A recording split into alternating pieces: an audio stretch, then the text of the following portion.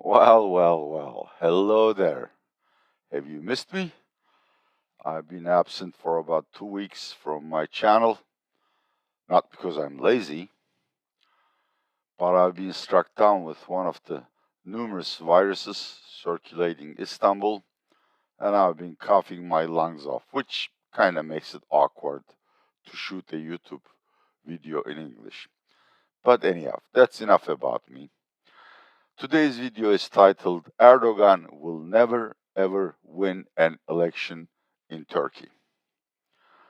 Now, this is a subject I visited a couple of months ago. If you check my archive, you will find another video titled in the same manner. I think it was titled Why Erdogan Will Never Win an Election in Turkey.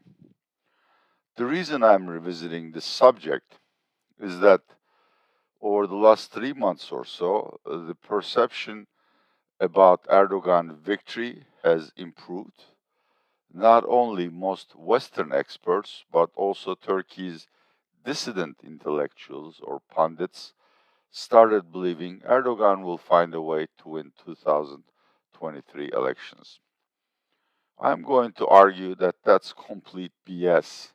That's sort of like selective bias. There is no piece of data to support this conclusion.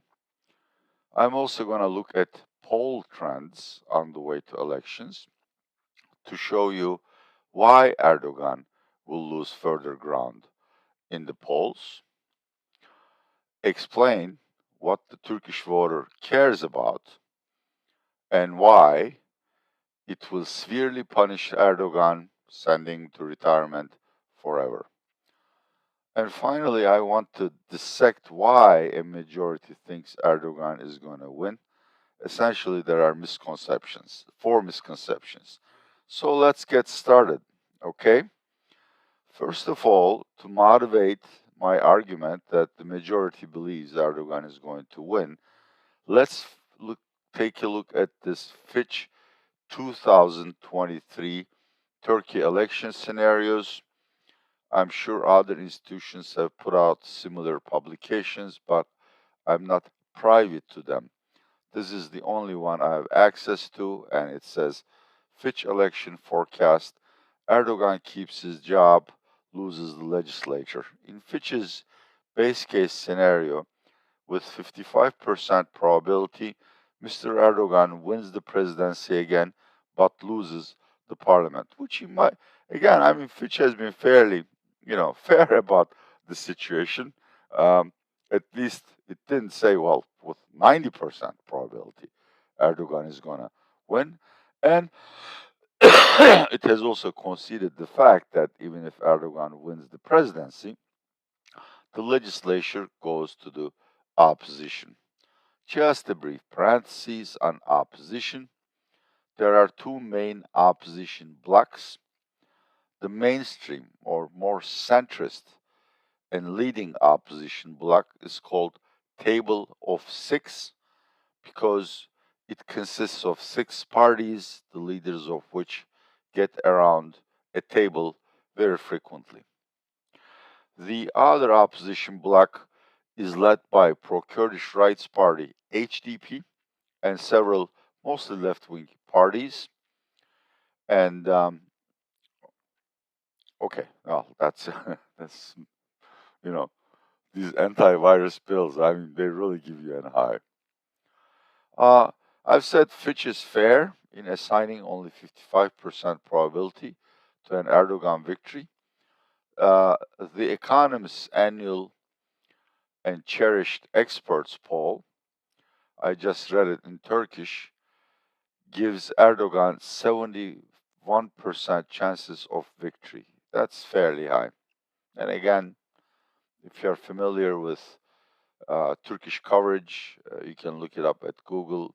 You would see in 8 out of 10 sources, there's a strong predilection to think that Erdogan is going to win victory. Now, why? I don't know. I'm going to tell you about 4 potential causes, which I have described as misconceptions, but if you go by the polls, which are really the only roadmap to what might happen in elections, even though they are never perfect or even accurate, you see that you really can't reach the conclusion that Erdogan or his governing coalition are going to win either the legislature or the presidency. Let's take a look at our poll table. I work for Global Source Partners. I'm their Turkey advisor, along with my colleague, and our entity is called Istanbul Analytics. We collect polls religiously. What you see on the screen is the average of the last 15 polls that are publicly made, that are made public. I'm sorry. Now let's look at AKP. It's only scoring 32.2%, and yeah, it leads other parties. Its ally, nationalist MHP, scores 7.2%. Combined, the two parties have 39.4% of the vote.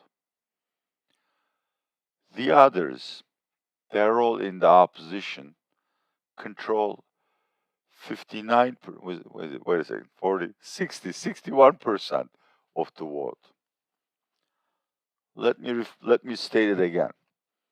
According to latest poll data, AKP and MHP control only 39%, 39% of the national support. The rest, 61%, goes to the opposition. Now, as I've said, the opposition consists of two blocks, the centrist table of six and the more left-wing uh, conglomeration around HDP. HDP detests Erdogan as much as the mainstream opposition, but let's let, let's look at the race between AKP, Erdogan's AKP MHP alliance and the five constituents of the table of six. The sixth one, Democratic Party, doesn't garner much support, so it's not shown in these polls. These parties are CHP, İyi Party, SP, Saadet Partisi, Gelecek Partisi, and Deva Partisi. Among the five of them, they control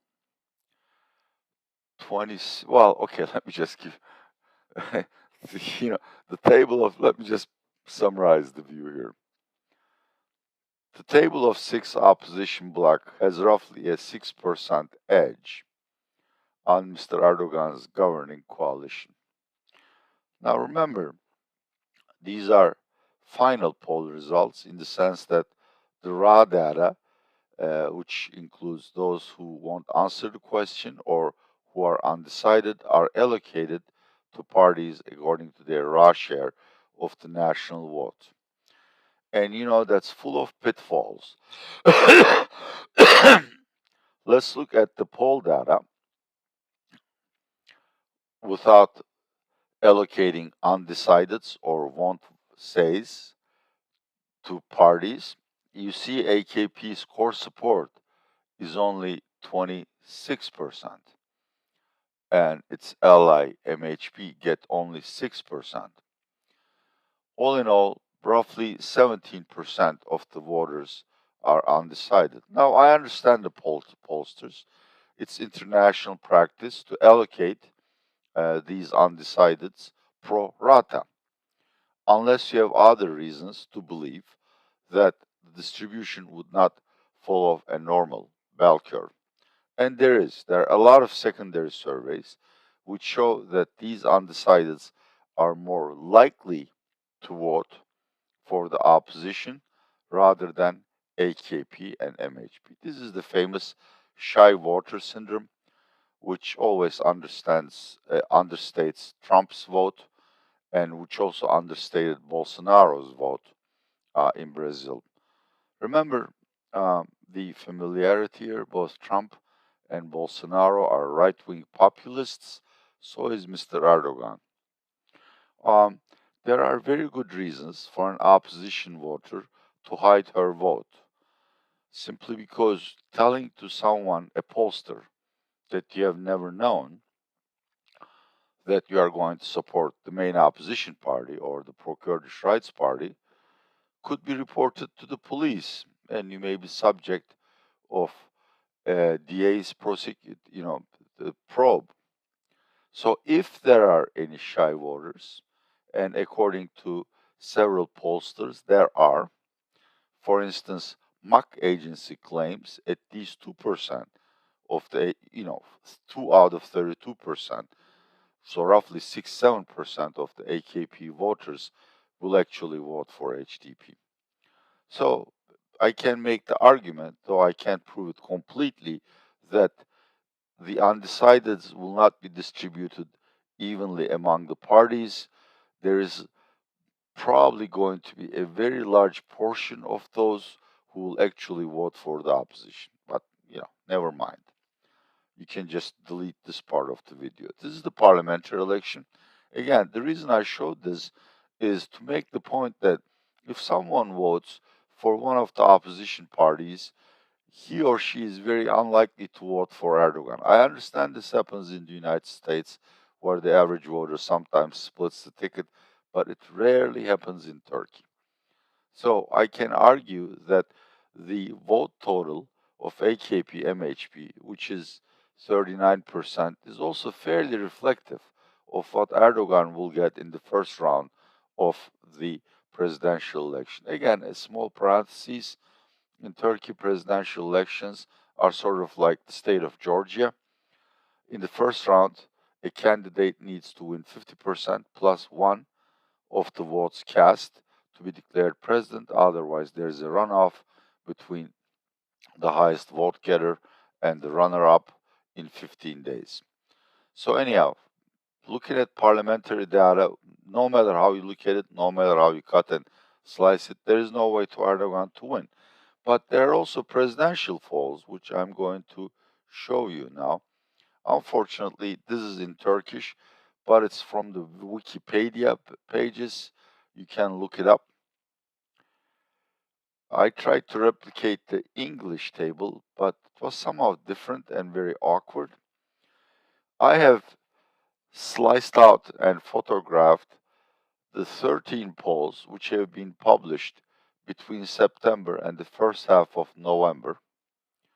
Out of these 13 polls, 9 are won by the most likely opposition presidential candidate, Mr. Kemal Kilicdaroglu. By the way, if you are interested, I had shot another video titled Meet the Man who will beat Erdogan, Kemal Kilicdaroglu, to find out more about him.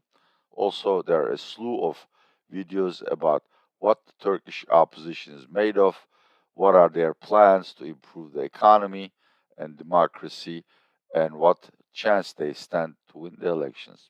But anyhow, as of November, really, can anyone look at this table and say Erdogan stands a chance to win? He lost 9 out of last 13 polls against Kemal Kilicdaroglu, who, by the way, is considered unelectable by a majority of Western pundits. Now, you may say, well, this is only a static picture. Um, it may be just a seasonal thing or a transitory thing. Erdogan will do better in the polls in the coming months. Okay, well, let me show you another table. This is the history of presidential polling between incumbent Erdogan and the most likely opposition candidate, Mr. Kılıçdaroğlu. If you look at data from 2020, 2021, you will see that Erdogan enjoyed a wide lead over Kemal Kılıçdaroğlu. In the brief span of a year and a half, Kılıçdaroğlu caught up with him and then shot above his popularity ratings, which is very important to me because it reveals a trend which says voters are increasingly warming up to Kemal Kilicdaroglu. So not only is he ahead in the polls, but he is also riding the tails of a major trend. Now, once again, the argument can be made, yeah, sure, but polls change. I mean, we're only in November, almost December, and the elections are likely to be held either by mid-May 2023 or mid-June. Until then, Erdogan will find a way to win. Okay, let's take a look at this argument. In every poll published over the last year, the predominant concern of the average Turkish voter is the miserable state of the economy. They really don't care about much else. Roughly 80% think the most important problem is poor economic performance and obviously their well being. Another 10% state it's the Syrian refugees or refugees at large, then there's a large list of other causes. So I think it's fair to make the assumption that the next election will be contested on the grounds of which side can turn the economy around. Now, do we have any reason to believe that Mr. Erdogan can turn the economy around? Or may I argue that he has done such a poor job in terms of economic management, which he's almost certain to repeat, that in the coming months, his poor economic performance will reflect poorly on his approval ratings. Let me show you a picture of what I mean. When people say, the economy is bad, if you're in the United States, you would probably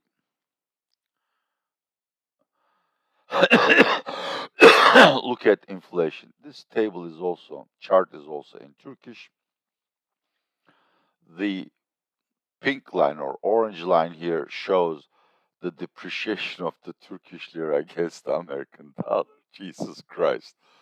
Look at this. It's almost atmospheric.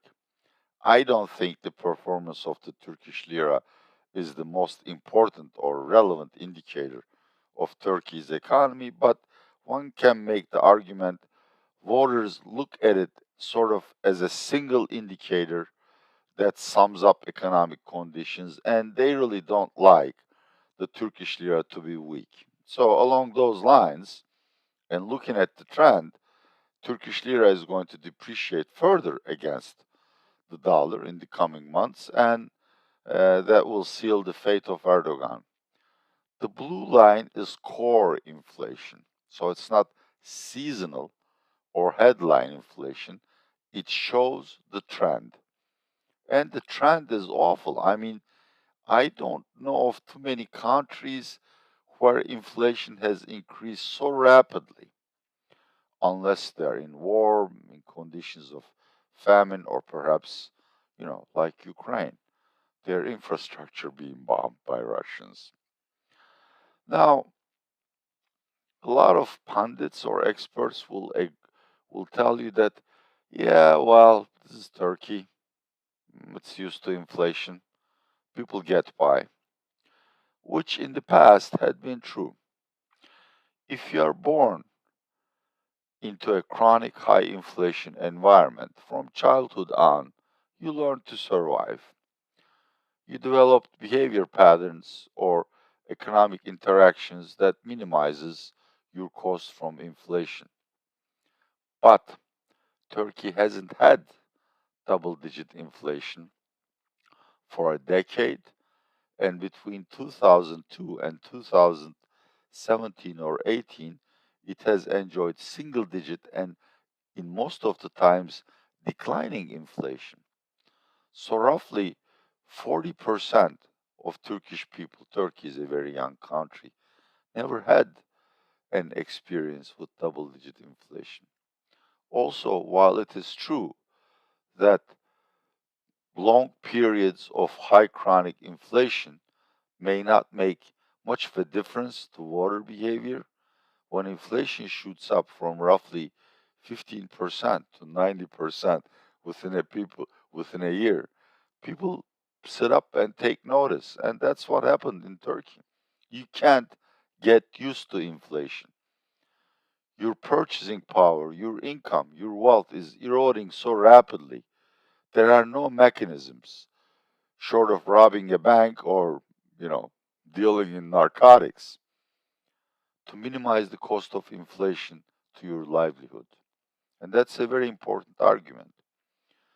In 2023, inflation will not decline. Mr. Erdogan says it will decline rapidly.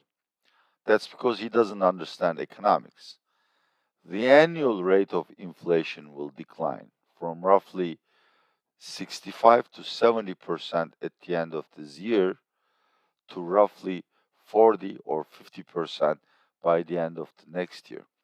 But people don't care about annual inflation. They care about the change in the monthly cost of living.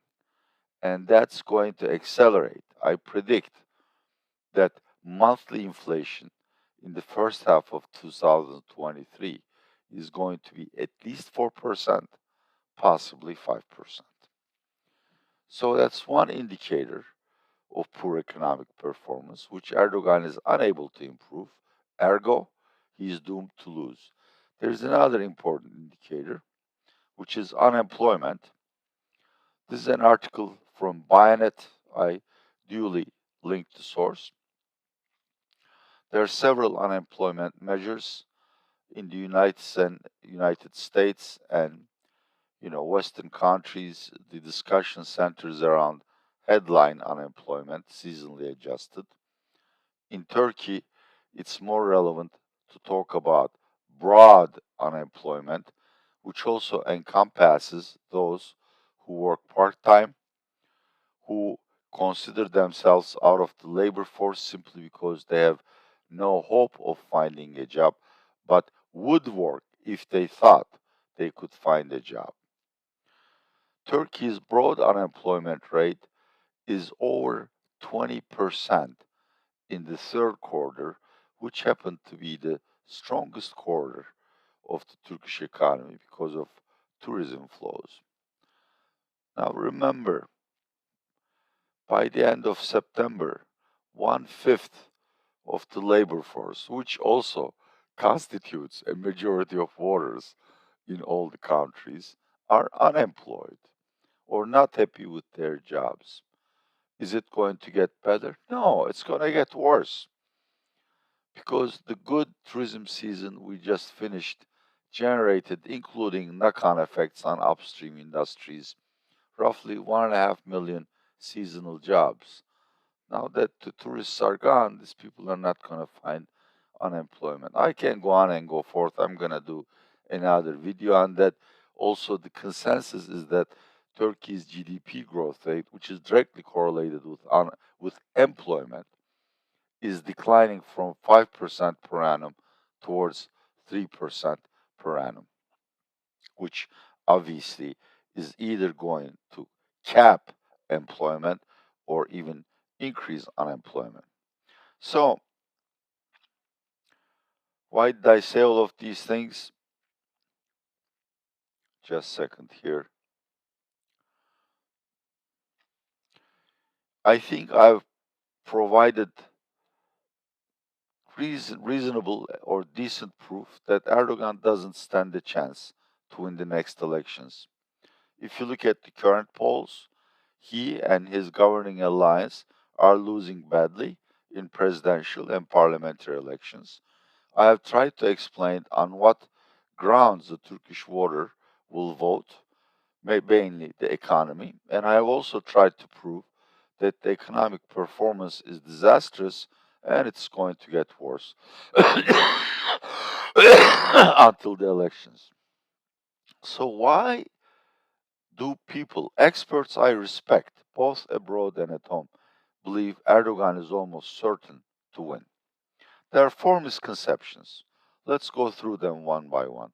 The first misconception is that Erdogan is very successful in inserting himself in foreign policy debates or global affairs And a lot of countries consider him evil, but indispensable. For instance, he intermediates between Ukraine and Russia to keep the grain corridor open. He is essentially the only outlet through which Putin talks to Erdogan. He recently shook hands and ended his decade long animosity to Egyptian President Sisi. He is now talking about meeting the Syrian President Assad, who was also an enemy for the last 12 years. Also, he managed to persuade Putin, Saudi Arabia, and Qatar to bankroll his election campaign. The sums are not certain, but he may get anywhere from 15 to 30 billion dollars of financial support from these three countries. Now, this is where the misconception lies. A, while Erdogan may once again be popular or trendy in world capitals, no one in Turkey cares. I remember one poll, recent poll, which asked the participant whether he or she follows the Ukraine war. Only 15% follow the Ukraine war. They don't simply care. So, you know, whatever Erdogan does with Sisi or Assad or Putin doesn't really play a role in Turkish voters' choices. Now, you may argue that may well be so, but how about the $30 billion this guy is getting from Putin and Mohammed bin Salman and whatever the name of the Qatari sheikh is? My apologies to him, by the way. $30 billion, if it were to be spent on the electorate, is a good sum of money. That's roughly 4% of Turkey's estimated GDP. And if you spend 4% of GDP on pork barreling, yeah, you stand a good chance of winning the elections. But that's not the case. These monies are largely deposited with the Turkish central bank, or they are in lieu of deferred payments. In other words, the voter doesn't get a penny. What does the central bank do with all these foreign funds? It tries to keep the exchange rate stable. Why? No one knows. Because an overly strong exchange rate means Turkey's exporters are losing market share and competitiveness, and thus they will have to be forced to make layoffs, which is more unemployment. So there's really no strong correlation between a stable currency and Erdogan's approval ratings either. Let me repeat myself. Misconception one: Erdogan's diplomatic maneuvers are highly appreciated at home. Bullshit. There is no data to prove that. Misconception two: Erdogan can spend his way to an election victory, which is true.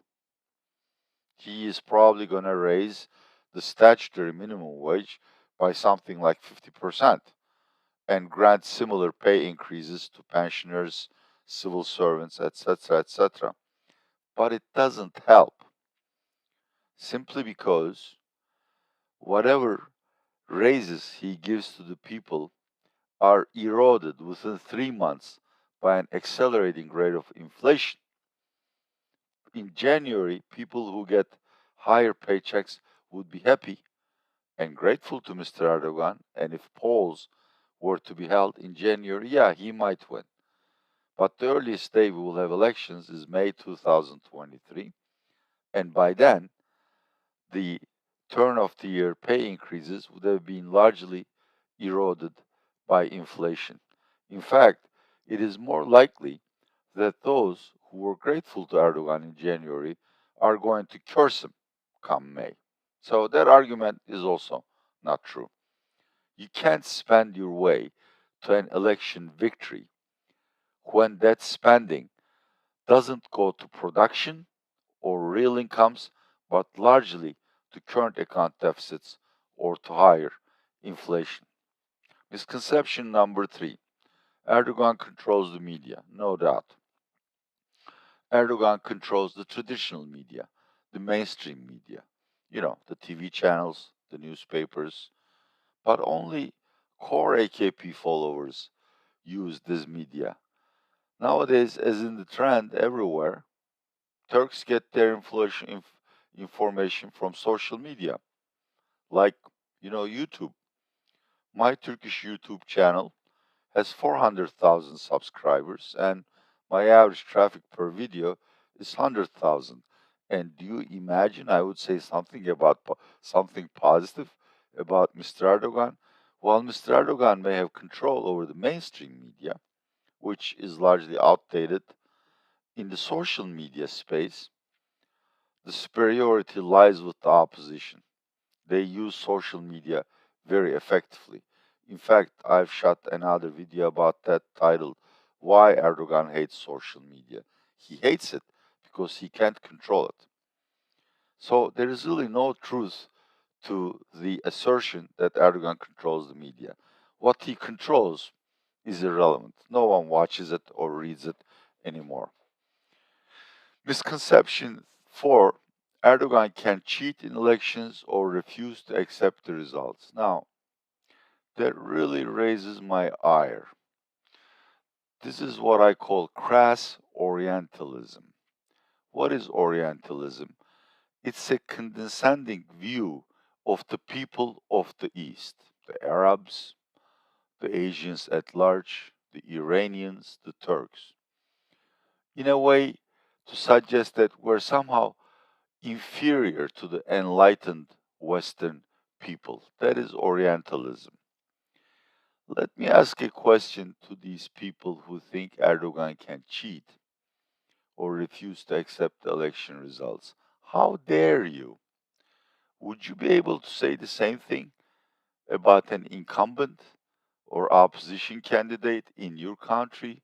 Has Trump managed to steal the elections? Don't you see what's happening in China or Iran, where even the most suppressed people, violently suppressed people, fight for democracy and for their rights? What gives you the right to think that Turks are less interested in democracy and they will not fight to protect the Pole? Or they would easily agree to live under a dictator who has refused to accept defeat? There is no truth to this argument. It's neither supported by facts, nor by international experience, nor by Turkey's history. Contrary to common belief, cheating in Turkish elections is limited to 2% of the vote at most. Erdogan tried to cheat in the past in Istanbul municipal elections. He forced the High Election Council to cancel the first election. The difference between his candidate and the main opposition candidate, Ekrem İmamoğlu, was 30,000 votes in the first election. In the repeat election, İmamoğlu won by 800,000. That ought to be a lesson to all the Orientalists out there who think Turks will not fight for democracy. We will, and Erdogan will lose. Well, this has been a very lengthy video, but I have been silent for a long time, and I've just it's all spilling out from me. Thank you for watching my channel, and if you like it, apparently you have to subscribe or give a thumbs up, which raises my standing in the YouTube algorithm. Honestly, I don't care. Even if no one watches, I'm gonna continue broadcasting these videos. This is Atilla Yeşilara for Real Turkey channel saying goodbye from Istanbul.